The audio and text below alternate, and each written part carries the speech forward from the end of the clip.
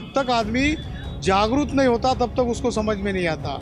ये प्रबुद्ध भारत के निर्माण का काम है और इसीलिए कॉन्स्टिट्यूशन को बचाने का काम है। इसीलिए हम इस वक्त सबसे पहले अगर क्या काम करेंगे तो संविधान को बचाने का काम करेंगे। संविधान को बचाने से क्या होगा तो हम खुद बच जाएंगे। ये लड़ाई केवल संविधान बचाने की नहीं है, हमारे हक, हुकूक और अधिकार बचाने की है। आज हम क्या खाएं, हम क्या पहने, इसका अधिकार हमसे छीना जा रहा है। आज हमें एजुकेशन का जो अधिकार है आर्टिकल 21A के अंतर्गत दिया हुआ है, वो आज धोखे में आया है। आज स्कूल बंद करे जा रहे हैं, आज कॉलेज में जो लोग आसानी से हम पढ़ते थे वो बंद किए जा रहे हैं। ये कौन सी आज़ादी है? ये यहाँ पर 85% से ज़्यादा लोगों का उम्मीदवार है, क्योंकि इसमें कितने लोग शामिल हैं। और दूसरी बात है कि बाबा साहब ने जो संविधान निर्माण किया है, सही लड़ाई संविधान को बचाने की है। एक दूसरी बात, जो लोग संविधान को विरोध करते हैं उनको भी पता नहीं कि वो शेख चिल्ली की तरह वही डाली को काट रहे हैं जिस डाली से गिरने के बाद उनकी मौत होने वाली है। इसीलिए संविधान बचाना है। आप देख रहे हैं आवाज़ इंडिया टीवी, आपका सबका स्वागत है। भारत एक ऐसा देश जो सार्वभौम है, लोकतांत्रिक है, धर्मनिरपेक्ष है और यहाँ सबको स्वतंत्र है कि वो बोल सके। जब इस देश को संविधान प्रदान दिया तब इस देश में स्वतंत्र भी दिया कि वो किस तरह से इस देश में रहे, अपना व्यवसाय करे, अपना धार्मिक स्वातंत्र का उपयोग भी करे। लेकिन कुछ सालों में हम देख रहे हैं कि ये जो डेमोक्रेटिक कंट्री है इसको किसी और दिशा में ले जाने की कोशिश जारी है। हम अमरावती में है, ये इरविन चौक है, ये बाबा साहब डॉक्टर अंबेडकर का पुतला है। इरविन चौक की खासियत आपको बता दूं कि कोई भी मोमेंट होती है देश के लिए, समाज के लिए, तो यहीं से शुरुआत होती है। और आज हमारे साथ तमाम अमरावती के विविध धर्म, विविध जाति से ताल्लुक़ रखने वाले, विविध पॉलिटिकल पार्टी से भी ताल्लुक़ रखने वाले, लेकिन प्रबुद्ध नागरिक जो देश के बारे में सोचते हैं, वो सब हमारे साथ यहाँ उपस्थित है। हम चर्चा करेंगे कि इस 2024 के चुनाव में देश की क्या स्थिति है, वो स्थिति पहले कैसी थी और ये देश कहाँ जा रहा है। आप सबका स्वागत। मैं पहले कटके साहब से ही शुरुआत करूँगा। सर, ये डेमोक्रेटिक देश है, सार्वभौम देश है, धर्मनिरपेक्ष देश है। यहाँ सभी जाति धर्म के लोगों को कुछ भी पहनने का, कुछ भी खाने का, बात करने का, कहीं भी ट्रैवल करने का पूरा स्वतंत्र है। लेकिन हम कुछ दिनों से देख रहे हैं कि किसने क्या खाना चाहिए, किसने क्या पहनना चाहिए, किसने टोपी पहननी चाहिए या नहीं, किसने दाढ़ी रखनी चाहिए नहीं, किस कलर के कपड़े पहनने चाहिए, ये बातें सामने आ रही है। तो ये देश जा कहाँ रहा है? सबसे पहले आवाज़ इंडिया टीवी को जय भीम, नमो बुद्धाय। आपने बहुत बढ़िया बात की। बाबा साहब ने कॉन्स्टिट्यूशन असेंबली डिबेट में कहा था कि freedom of choice is the crux of Indian constitution. जो चुनने की जो आज़ादी है ना, ये भारत के संविधान का सबसे बढ़िया अधिकार हमको मिला है, किसी ने मांगा नहीं था। इसकी बात हो रही है, पर इसी के ही खिलाफ सब कुछ हो रहा है। मैं क्या करूं, मैं क्या नहीं करूं, कोई और डिसाइड कर रहा है, तो मेरा फंडामेंटल राइट वायलेट हो रहा है। इसीलिए सब भारत के नागरिकों को इस बात पे इस वक्त के इलेक्शन में ये सोचना चाहिए कि क्या मेरा फंडामेंटल राइट बचने वाला है। अगर नहीं बचना है तो मुझे जागरूक होना पड़ेगा, क्योंकि बुद्ध ने उसको सम्मा सती कहा है, आतापि संपजानो सतीमा। जब तक आदमी जागरूक नहीं होता तब तक उसको समझ में नहीं आता। ये प्रबुद्ध भारत के निर्माण का काम है और इसीलिए कॉन्स्टिट्यूशन को बचाने का काम है। इसीलिए हम इस वक्त सबसे पहले अगर क्या काम करेंगे तो संविधान को बचाने का काम करेंगे। संविधान को बचाने से क्या होगा तो हम खुद बच जाएंगे। ये लड़ाई केवल संविधान बचाने की नहीं है, हमारे हक, हुकूक और अधिकार बचाने की है। ये लड़ाई जो है संविधान बचाने की है, देश बचाने की है, हमारे अपने अधिकार बचाने की है। लेकिन जब हम इस लोकसभा चुनाव के चौराहे पर खड़े होकर देखते हैं तो ये देखा जा रहा है कि हमारे 400 अगर पार हो जाते हम संविधान ख़त्म कर देंगे। हम अगर सत्ता में 2024 में आएंगे तो हम मनुस्मृति वाला कानून ला देंगे। लोग कह रहे हैं कि जो इस संविधान ने उनको भी चुन के दिया, जो हमारे पैर की जूती थी उसको हमको सर पे रखना पड़ रहा है। आप क्या कहेंगे? आज के हालात अगर देखे जाए तो आज एक सामान्य आदमी का जो जीना है वो हराम हो गया है। हमें बाबा साहब ने जो संविधान दिया है इस देश के लिए, वो किसी एक समुदाय को नहीं दिया, वो सारे समुदाय के लिए दिया। देश को अखंड रखने के लिए दिया।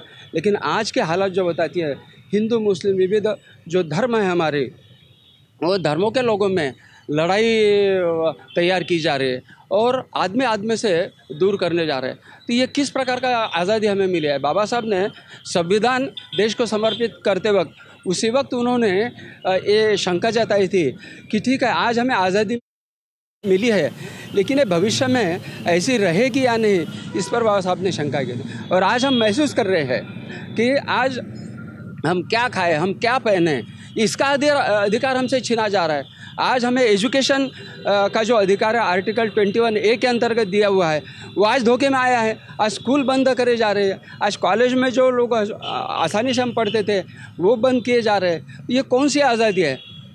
तो अंग्रेज़ तो चले गए, लेकिन नए अंग्रेज़ यहाँ पर तैयार हो गए। बिल्कुल, अंग्रेज चले गए लेकिन नए अंग्रेज आए। सर, मैं आपके तरफ आऊँगा। जैसे सर कह रहे थे कि आर्टिकल 21 ने एजुकेशन का अधिकार दिया, लेकिन हम देख रहे हैं कि कुछ सालों में जैसी ये सरकारें बढ़ी, जो लोकतंत्र में विश्वास नहीं रखती, जो जनता के हित में विश्वास नहीं रखती, जो संविधान के हित में विश्वास नहीं रखती, ऐसे लोगों ने शिक्षा का भी प्राइवेटाइजेशन किया है, नौकरियों को भी प्राइवेटाइजेशन किया है, और हेल्थ में भी हम देखते हैं कि प्राइवेटाइजेशन हुआ है। ऐसे वक्त में जो गरीब तबके का आदमी है, जिसको ध्यान में रखकर ये संविधान लिखा गया, जिसको ध्यान में रखकर ये सारी सुविधाएं दी गई, चाहे रिजर्वेशन हो, कोटा हो, तो वो आज के इस भारत में कहाँ नज़र आता है? आज आता लोकसभेचे इलेक्शन आहे, भारतामध्ये सत्ता बदलण्यामध्ये आज जो आपला अधिकार मिळाला आहे संविधानामुळे, आणि हे जे आता सरकार नेहमी म्हणते का 70 वर्षात तुम्ही काय केलं, मी माझ्या फेसबुक एका पोस्टवर दिलेलं की 70 वर्षांनी त्या संविधानामुळे तुम्ही चहावाला पंतप्रधान बनला, सर्वात मोठी उपलब्धी ही आहे, त्याच्यामुळे तुम्ही काय केलं हे तर तुम्ही विचारूच नका। पण आजची परिस्थिती अशी आहे की सर्वात मोठे जुन्यांचे प्रश्न होते, आता जे आपलं नवीन जो रोजगार आहे निर्माण करण्याचा प्रश्न आहे, या विद्यार्थी आहे, जर आपल्या देशाचाच पूर्ण विकास करायचा असेल आपल्याला शिक्षण खूप मस्त आहे। आपण शिक्षण कर घेतो, शिक्षण कर घेतल्यानंतर मग खाजगी तुम्हाला शिक्षण संस्था उभ्या करण्याचं कारण काय आहे?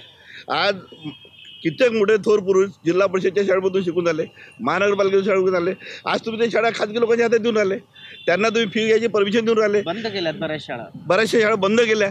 म्हणजे तुमच्यामध्ये कॅपॅसिटी नाही आहे सत्ता चालवण्याची, याचा अर्थ सरळ हा होते। आज लोकांना आवश्यकता आहे आरोग्याची, प्रत्येक माणूस गरीब माणसात 500 रुपये 1000 रुपये डॉक्टरची फी झाली, तो 4-5 चिठ्ठ्या लिहून देते, हे ब्लड तपासा, एक्सरे करा। आज त्याच्याकडे 5-4-5 हजार रुपये फक्त टेस्टिंगमध्ये लागते, त्यात काही निघो का नाही निघो, त्याच्यामध्ये दवाखान्यात जायला भीते, शेवटून त्याचे सारखं जाऊन त्याची ट्रीटमेंट होत, शेवटून हातपाय घासून मरते। असं प्रत्येक माणसाच्या जीवनामध्ये राहिलं अन्नाचं। तुम्ही म्हणताय का आमचा देश खूप उंच याच्यावर विकास करत राहिला, तर आपलं म्हणजे जे आपलं जे एक होतं मागासले बरं होतं, जे आपण 87 नंबरवर होतो, आज ते 120वर गेलं। हे तर तुमचा जो आकडा सांगते रिझल्ट, 100 पैकी किती मार्क भेटले, तर पहिले 75 भेटायचे, आता 50 भेटले। तुम्ही म्हणता आम्ही विकास केला, हे कोणतं पास होणार? मेरिटमध्ये याच्या बदली तुम्ही 3rd क्लासमध्ये पास होऊन झाले आणि सांगता आम्ही विकास केला, म्हणजे विकासाच्या बाबतीत मागे चाललं, आपलं GDP कसं चालला। एक आणखी तो गोष्ट म्हणजे एक माझ्या डोक्यात अशी आली, आपलं रेल्वेचा अर्थसंकल्प ज्या स्वतंत्र होता त्यावेळेस सर्वात मोठं बजेट राहायचं, तर रेल्वेचा अर्थसंकल्प स्वतंत्र मांडला जायचा, त्यावेळेस 17% प्रॉफिटमध्ये होता। लालू प्रसाद त्यावेळेस म्हणजे गुरु म्हटलं जातं, म्हणजे काहीतरी त्याला एक त्यांनी उपाधी दिली होती त्यावेळेस, मास्टर काहीतरी की बस हे म्हटलं। तर आज तो 17% बदली, आज त्यांनी काय केलं याच्यामध्ये एकत्रित करून टाकला तो बजेट, आणि ते फक्त 11% प्रॉफिटमध्ये आहे। मग तुम्ही अदानीलाच का दिलं? आणि होते कसं, सरकारी ज्यावेळेस प्रायव्हेटायझेशन करून राहिले, छोटं मोठं ऑप्शन घ्यायचं असलं एखाद्या वस्तूची खूप चांगली किंमत भेटते, कारण ते 10 कॉम्प्युटर तयार असतात। आता तुम्ही एवढं मोठं जर रेल्वे तुम्हाला खाजगीकरण करायचं आहे, तुमच्या माझ्यासारखा कोणीच उभा होणार नाही, तर तुम्ही काय करता, तिथं एकट्या त्या माणसाला 100 रुपये त्याचं व्हॅल्युएशन करता आणि उभं करता, कोणी घ्यायला तयार नाही होत। मग 100 रुपयाची किंमत तुम्ही अपसाईड व्हॅल्यूवर 50 रुपये करता, मग 50 रुपयातून तो काय म्हणते, मला 40च्यावर चालत नाही, 40मध्ये डन होते, त्याने तो फक्त ते 10 रुपये देतो आणि 30 रुपये तुम्ही लोन म्हणून त्याला उपलब्ध करता। ही पब्लिकचे पैसे, म्हणजे पहिले 50 पैसे पब्लिकचे पहिलेच कमी झाले, 10% अधिक कमी केले, 10 पैसे त्याचे लागले, 30 पैसे तुम्ही, म्हणजे 100 रुपयाची वस्तू फक्त तो 10 पैशात घेते, आणि त्याच्यानंतर येणारा प्रॉफिट कोणी काही करते, त्याचं प्रॉफिट कुठे झाले का खाजगी माणसाकडे, पाहिजे तो मॅनेज करा। आज तो कसा झाला, पुऱ्या आशिया खंडाला 1 नंबरचा अदानी इतक्या लवकर 1 नंबरचा माणूस श्रीमंत बनला, जो मुंबईच्या चाळीत राहत होता। साधी गोष्ट आहे, म्हणजे कोणाला फायदा होणार आहे? देशाच्या एवढा मोठा पब्लिकचा प्रॉपर्टीचा काय होणार? बेसन इतकं जुनं आहे, आज तुम्ही ते मागं पडलं, जिओ इतकं पुढं चाललं का बरं? जिओचे स्वतःचे टावर तयार केले, तुम्ही आयतं त्याला भाड्याने देऊन दिले। असं आयतं कोणाला जर असंच भेटलं, मलाही तुम्ही एखादं आयतं जहाज दिलं, हेलिकॉप्टर दिलं, तर मी ते उडू शकेल, पण मी स्वतः घ्यायची कॅपॅसिटी मोटरसायकलची होत नाही। म्हणजे असं प्रत्येकी हातात उरालं. तुम्ही तुमच्या 2 गुजराती सापडले, जे गेले त्यांच्यासाठी तुम्ही त्याच्यासाठी पकडण्यासाठी काही करत नाही. दरवेळेस विषय असं मांडता की आम्ही विकास करतो. अरे विकास करता म्हणजे काय करता? सर, मैं आपके तरफ आऊँगा कि देश की जो स्थिति है, एक संविधानिक मूल्य है हमारे, हम सब उस गुलदस्ते की तरह है जिस गुलदस्ते में अलग अलग रंगों के, अलग अलग खुशबू के फूल है. कुछ लोग चाहते हैं कि सारे गुलदस्ते में एक ही रंग रहे और एक ही सुगंध रहे. ये गुलदस्ता कैसे दिखेगा? आज देशामधली जी स्थिती आहे ती की सगळे एका साच्यामध्ये आम्ही आलो पाहिजेत. एक साचा म्हणजे केवळ आमचं तत्त्वज्ञान, आमचे विचार, आमची विचारसरणी ही तुम्हाला मान्य असेल तरच तुम्हाला या देशामध्ये राहता येईल. अशा पद्धतीची भूमिका घेऊन ज्या पद्धतीचं राजकारण या देशामध्ये केला जाते आहे ते अत्यंत चुकीचं आहे. हा देश सर्वांचा आहे. अगदी प्रारंभापासून या देशामध्ये सर्व धर्माचे, सर्व जातीचे, सर्व पंथाचे वेगवेगळ्या प्रकारचे लोक राहतात. या सगळ्या लोकांचे माणूस म्हणून, या देशाचा नागरिक म्हणून स्वतंत्र अशा पद्धतीचे अधिकार आहेत, जे अधिकार संविधानाने बहाल केलेले आहेत. बरोबर. असं असताना बेसिकली जेव्हा हा देश स्वतंत्र झाला आणि या देशाचं संविधान निर्माण होत होतं, या देशाच्या संविधानाची निर्मिती होत होती, संविधान आकाराला येत होतं आणि संविधानाची मांडणी ज्या फ्रेममध्ये होत होती, ज्या पद्धतीने होत होती, ती पद्धत, ती फ्रेम, त्या संविधानाची एकूण मांडणी ही या देशातल्या जे मुठभर लोक होते, जे वर्णवर्चस्ववादी लोक होते, त्यांना मान्य नव्हती. आणि त्यामुळे या सबंध प्रक्रियेला त्यांनी कशा पद्धतीने खीळ घालता येईल याचा तेव्हापासून प्रयत्न केला. याचा स्पष्ट पुरावा आपल्याला असा मिळतो की यांना तेव्हाही संविधान मान्य नव्हतं, आजही संविधान मान्य नाही आहे आणि उद्या राहण्याचा प्रश्न नाही आहे. त्याच्यामुळे त्यांचे प्रयोग असे आहेत की आज आपल्या हातामध्ये पॉलिटिकल पॉवर आहे आणि या पॉलिटिकल पॉवरच्या भरोशावर जर आपल्याला हे संविधान नष्ट करता येत असेल आणि या ठिकाणी आपल्या पद्धतीचं, आपल्या विचारसरणीचं, आपल्या तत्त्वज्ञानाची मांडणी करणारं जर नवं संविधान या देशाला लागू करता येत असेल तर बहुमताच्या बळावर आपण ते केलं पाहिजे. अशा पद्धतीची या सगळी लोकांची मानसिकता आहे, ती भूमिका आहे. आणि म्हणून त्यांना असं वाटते की या देशामध्ये विरोधी पक्ष नावाची कुठलीही वस्तू असता कामा नये. बेसिकली खरं तर आपण जेव्हा विचार करतो तेव्हा एक गोष्ट आपण लक्षात घेतली पाहिजे की जी बाबासाहेब आंबेडकरांनी सुद्धा अनेक ठिकाणी राज्यसभेमध्ये असेल, लोकसभेमध्ये असेल किंवा अनेक ठिकाणी किंवा वेगवेगळ्या चर्चांमध्ये असेल, वेगवेगळ्या व्याख्यानांमध्ये असेल, ही गोष्ट मान्य केली की सत्ताधारी पक्ष लोकशाही व्यवस्थेमध्ये जितका महत्त्वाचा असतो तितका महत्त्वाचा पक्ष हा विरोधी पक्षसुद्धा असतो. बरोबर. आणि म्हणून विरोधी पक्षाला सुद्धा तितकीच स्पेस पाहिजे जितकी स्पेस ही सत्ताधारी पक्षाला असते.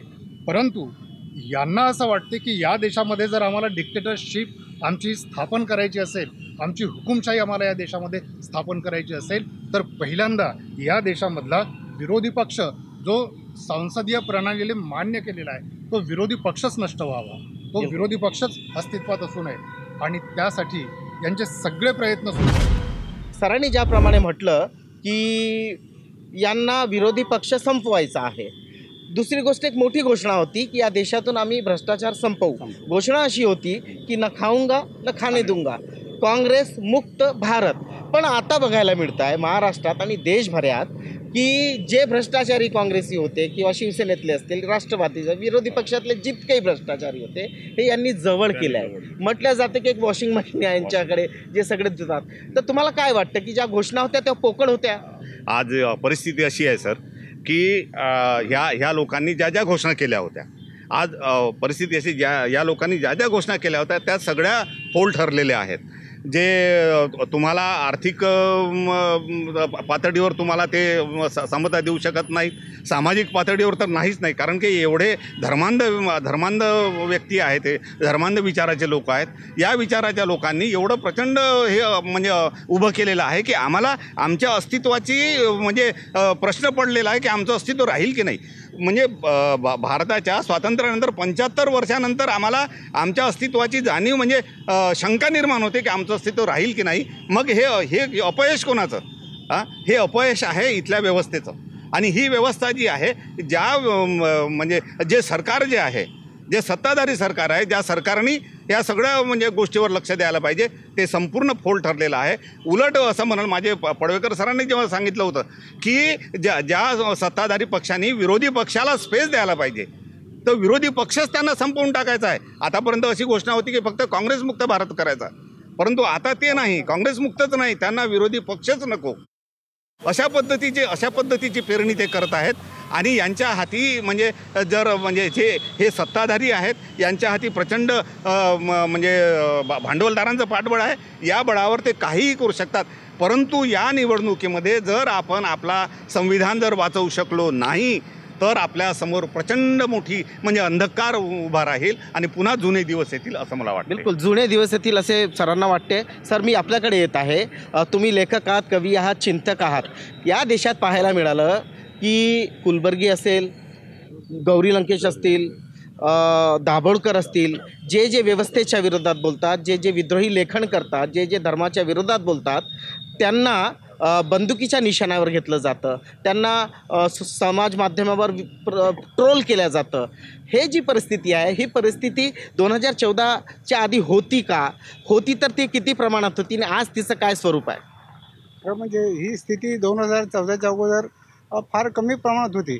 परंतु समाजामध्ये ज्या अनिष्ट रूढी परंपरा याच्या विरोधात बोलणारे लोक पुढे आले आणि त्यांनी आपला विचार खुलेपणानं मांडण्यास सुरुवात केली. त्यावर खऱ्यात इथल्या प्रस्थापित व्यवस्थेला त्याचा धोका पोहोचत होता आणि म्हणून त्यांनी अशा विचारांना संपवण्याचा एक कट रचला आणि त्यातून मग अशा आपल्या पुरोगामी विचारसरणीचे जे लोक होते त्यांच्या हत्येचे कट ज्या पद्धतीने आपल्या इथे झाले ते आपल्याला पाहायला मिळतात. आधी अशी स्थिती आहे, तुम्ही प्रस्थापित व्यवस्थेच्या विरोधात जर बोलायला गेले तर तुमच्यावर ते टार्गेट करतात. प्रस्थापित व्यवस्थेच्या विरोधात तुम्ही राजकीयदृष्ट्या जर काही मांडत असली तर तुम्हाला CBI की अशा पद्धतीचे नवे तंत्र अवलंबून त्याला कसं जेलमध्ये टाकता येईल असे फंडे ते अवलंबतात. ही संपूर्ण समाज व्यवस्था कशात रसातळास नेता येईल या पद्धतीचं षडयंत्र प्रस्थापित व्यवस्थेने राखलं आहे आणि म्हणून या विरोधात जर आजच्या स्थितीमध्ये 2024च्या इलेक्शनमध्ये जर उभं राहत असेल तर आपण एक संघ होऊन या व्यवस्थेच्या विरोधात कसं उभं राहता येईल हा विचार सर्वात महत्त्वाचा आहे आणि त्यासाठी आपण संविधान बचाव हा एक नवीन नारा, संविधान बचाव हा एकच नारा घेऊन आपण यासाठी उभं राहिलं पाहिजे असं मला वाटते. देशाची ही परिस्थिती आहे. एकीकडे देश म्हणजे रस्सीखेच ज्याला म्हणतो, म्हणजे आपण रस्सी खिचतोय लोकशाहीकडे, ते रस्सी खिचतायत हुकुमशाहीकडे. कुणाचा जोर जास्त पडेल? लोकशाहीचाच इथे जोर जास्त पडेल. कारण की भारतीय संविधान निर्माते बाबासाहेबांनी ज्यावेळेस आपलं संविधान निर्माण केलं तर बाबासाहेबांनी या देशातील सगळ्या धार्मिक, जातीय, भाषीय आणि भौगोलिक या सगळ्या परिस्थितीचा विचार करून आणि बाबासाहेबांना या व्यवस्थेचे फटके बसलेले होते.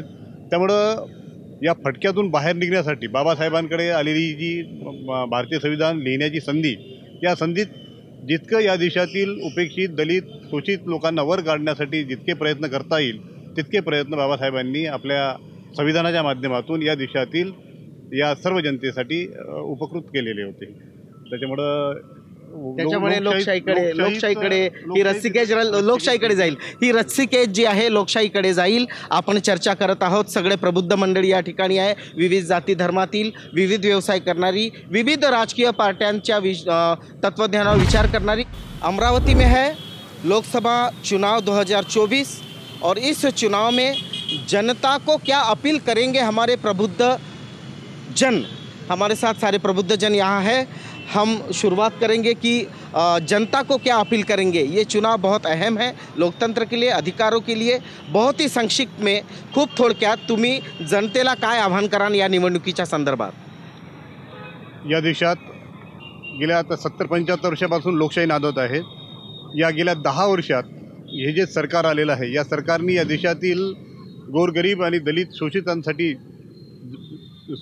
या वर्गाला दाबण्याचा जो प्रयत्न केला आणि काही विशिष्ट लोकांनाच वर काढण्यासाठी जो प्रयत्न केला, तर अशा लोकांना अशा सरकारला आपण इथे थारा द्यायला नको. या देशातील होणारी जी लोकसभा आहे, लोकसभेमध्ये जे काही उमेदवार या देशातील खऱ्या लोकशाहीला, या देशाला उन्नतीसाठी नेण्याचा प्रयत्न करणारा उमेदवार, यालाच आपण इथे सहकार्य केलं पाहिजे. अमरावतीमधून जी उमेदवार उभी आहे, माझी ती खासदार आहे, परंतु तिने कुठल्याही या अमरावतीसाठी प्रगतीचे काम केलेले नाहीत. तिने नुसतं आदिवासींमध्ये जाऊन नाचणे, इथे लोकांना कपडे वाटणे, किराणा वाटणे, हनुमान चालीसा मुख्यमंत्र्याच्या घरासमोर हे करणे आणि राम आणि याच्या धर्मांध नुसतं हे करून कुठलीही अमरावतीची डेव्हलपमेंटकडे या बाईंनी लक्ष दिलेलं नाही. त्याच्यामुळं अमरावतीमध्ये जो सत्ता बदल होईल असं तुम्हाला वाटतं? हां, बिलकुल सत्ता बदल नक्कीच होईल. आणि इथला जो उमेदवार आहे काँग्रेसचे बळवंत वानखडे सर, हे नक्कीच इथे विजयी होतील या आशेत अमरावतीकर सगळे या उमेदमध्ये आहेतच. साहित्याच्या भाषेत बोललं, 4 ओळीमध्ये जर सांगायचं असलं तर मतदारांना तुम्ही साहित्यिक भाषेत काय सांगाल? साहित्यिक भाषेत असं काही सांगता येणार नाही. कुठल्याही याच्या तरीसुद्धा आजच्या स्थितीमध्ये असं म्हणावं वाटते की आज आपण प्रबुद्ध नागरिक म्हणून इथं जगतो आहे की सध्या राहतो आहे, तर आजची स्थिती अतिशय गंभीर आहे. या स्थितीमध्ये आपण कुठल्या पद्धतीनं भावनिक हे न घेता आपण खऱ्या अर्थानं आज येणारा जो उमेदवार आहे किंवा येणारा निवडून येणार त्याच्या पाठीशी आपण उभे राहिलो पाहिजे आणि ज्या प्रतिगामी विचाराच्या उमेदवार आहे त्याच्या विरोधात आपले मत कसं जाईल याचा विचार केला पाहिजे. असं जर झालं तरच खऱ्या अर्थानं आपण लोकशाहीला जिंकू शकतो किंवा लोकशाही प्रस्थापित करू शकतो. एक सीट यावेळेस महत्त्वाची आहे. एक सीटही आपण जाऊ देऊ शकत नाही, हरवू शकत नाही. अशा वेळेस तुम्ही आव्हान काय करणार? कारण मतांची विभागणी अमरावतीतही होताना दिसत आहे. बिलकुल. सर, मी या संदर्भात असंच म्हणेल की आपला हा जो लढा जो आहे प्रतिगामी प्रवृत्तीविरुद्ध आहे आणि प्रतिगामी प्रवृत्तीच्या म्हणजे ह्या निवडून येऊ नयेत किंवा सत्ताधारी बनू नयेत याच्यासाठी आपण आपसातले सगळे मतभेद विसरून आपसातले सगळे मतभेद विसरून आपण एकत्र येऊन जो माणूस निवडणुकीत जिंकेल किंवा त्याची जिंकण्याची शक्यता आहे त्याच्यामागे उभं राहणं अत्यंत आवश्यक आहे. त्याचबरोबर तो माणूस कसा आहे, चांगला आहे की नाही, वाईट आहे, हाही सुद्धा विचार करायला पाहिजे. आणि त्याच्या निवडून येण्याने प्रतिगामी शक्ती जर वाढत असतील तर तोही सुद्धा विचार करायला पाहिजे की ती प्रतिगामी शक्ती वाढता कामा नये. आपण पुरोगामी शक्तीच्या विचाराच्या माणसालाच निवडून दिलं पाहिजे असं मला वाटते. देशात बेरोजगारी आहे, महिलांवर अत्याचार आहे, देश म्हणजे कर्जात डुबत आहे, तरीसुद्धा सांगितलं जात आहे की all is well, all is good. काय मतदारांना आव्हान कराल? हे खरं तर या देशातल्या जनतेला मूर्ख बनवण्याचं षडयंत्र आहे. ज्या जाहिराती सुरू आहेत माध्यमांमधून वेगवेगळ्या प्रकारच्या, त्या जाहिराती असतील, प्रचारसभांमधली या संघ आणि भाजपाच्या लोकांची जी भाषणं असतील, त्याच्यामध्ये जी आश्वासनं, जे संकल्प हे बोलून दाखवत आहेत, हे सगळे या देशातल्या जनतेला मूर्ख बनवण्याचे प्रयोग सुरू आहेत या देशामध्ये. परंतु या देशातल्या सुज्ञ लोकांनी हे लक्षात घेतलं पाहिजे की ज्या भारतीय संविधानाने आपल्याला माणूसपणाचे सगळे अधिकार दिलेत, ते संविधान वाचलं तर हा देश वाचेल. देश म्हणजे देशातली माणसं असतात, हे आपण लक्षात घेतलं पाहिजे. आणि ही माणसं वाचवायची असेल तर पहिल्यांदा या देशाचा कायदा आपल्याला वाचवावा लागेल. आणि तो कायदा वाचवायचा असेल तर हा देश हा सुरक्षित हातांमध्ये असला पाहिजे. याच्यासाठी ज्या पॉलिटिकल विंग्ज आहेत वेगवेगळ्या, जे पॉलिटिकल पक्ष आहेत वेगवेगळे, या पॉलिटिकल पक्षांचं स्पष्टपणे आजच्या घडीला विभाजन झालेलं आहे. एक सरळ संविधान विरोधक आहे, तर बाकीचे सगळे जे आहेत ते संविधान समर्थक आहे. या देशामधली ही 2024ची जी निवडणूक आहे, ही अशाच पद्धतीची निवडणूक आहे की एका बाजूला संविधान विरोधक आणि दुसऱ्या बाजूला संविधानाचे समर्थक.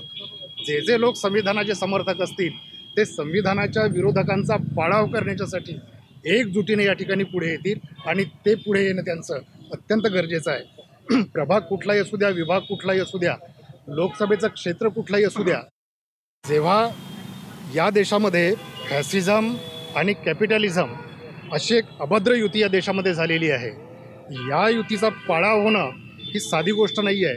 परंतु या देशातली जनता स्वतःच्या एकजुटीच्या बळावर तो पाडाव निश्चितपणे करू शकेल.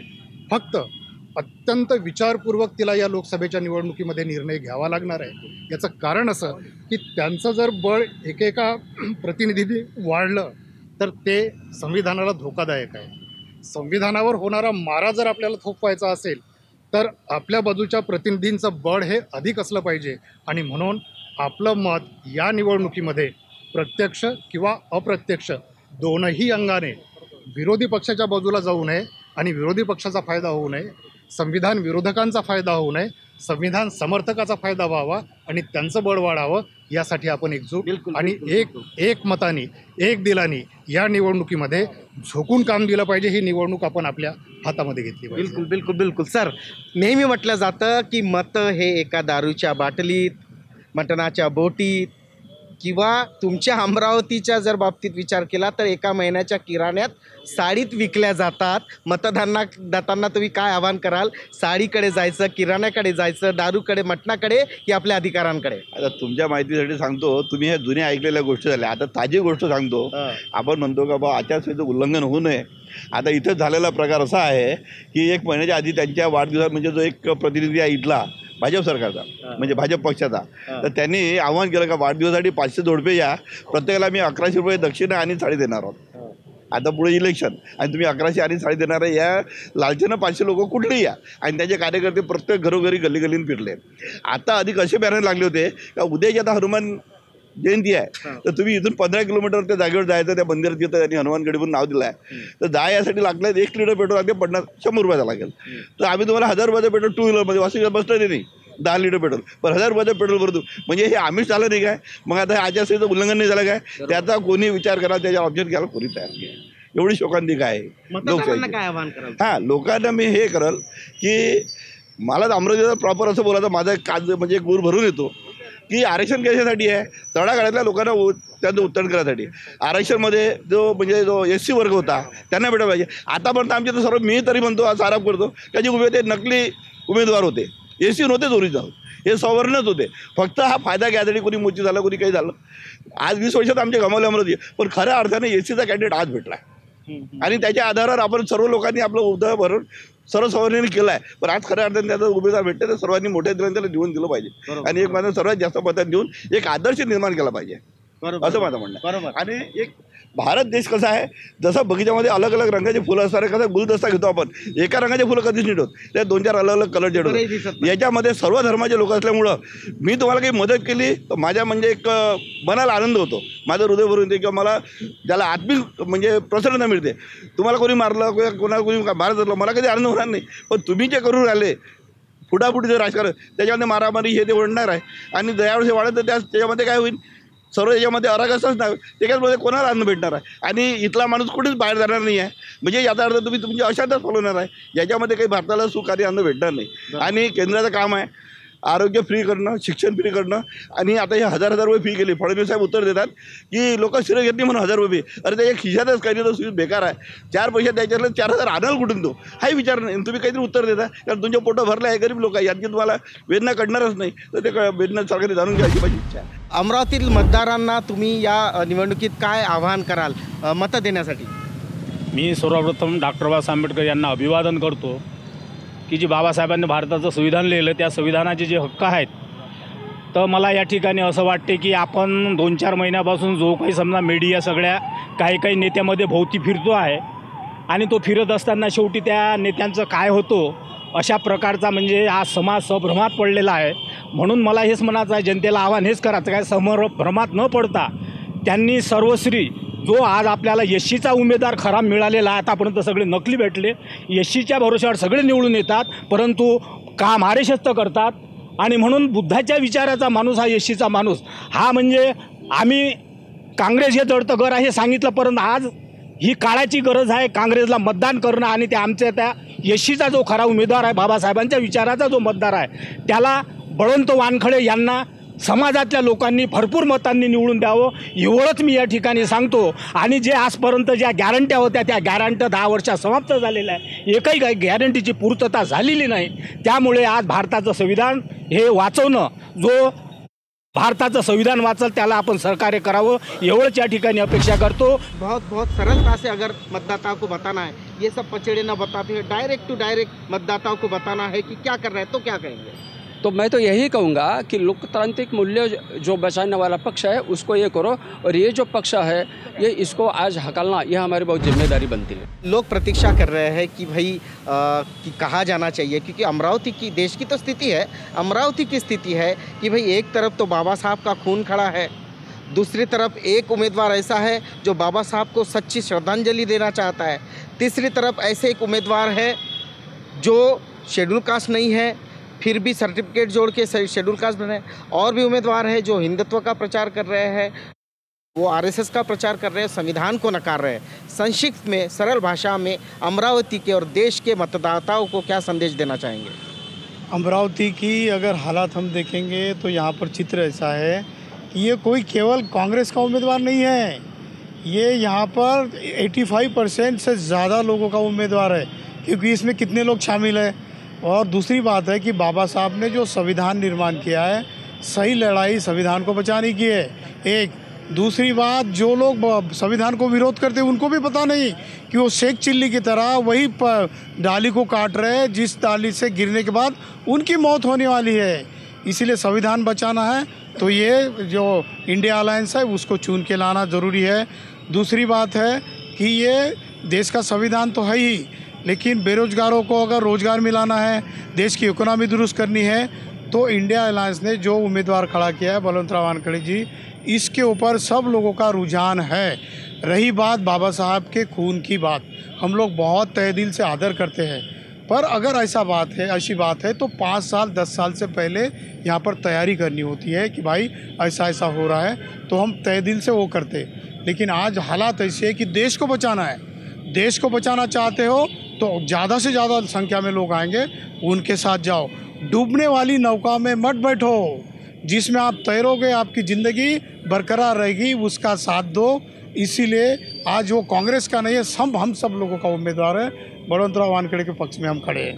बिल्कुल बिल्कुल बिल्कुल। जो संविधान बचाएगा, जो संविधान की बात करेगा, जो नागरिकों की बात करेगा, जो ये बात करेगा कि यहाँ की जनता किस ओर जाती है, जो बाबा साहब की बात करेगा, बाबा साहब के संविधान की बात करेगा, उसी को ही हम चुन के देंगे। ये अमरावती के प्रबुद्ध नागरिकों का कहना है। और बाबा साहब को साक्षी मानकर लोग ये कह रहे हैं कि जो संविधान को बचाएगा, जो इस देश को बचाएगा, लोकतांत्रिक मूल्य को जो बचाएगा, जो गरीबों की सोचेगा, जो धार्मिक नहीं होगा या धर्मांध नहीं होगा, ऐसे ही कैंडिडेट को, ऐसे उम्मीदवार को हम चुनकर देंगे। आप देख रहे हैं आवाज़ इंडिया टीवी। ये है लोकसभा मतदार क्षेत्र अमरावती।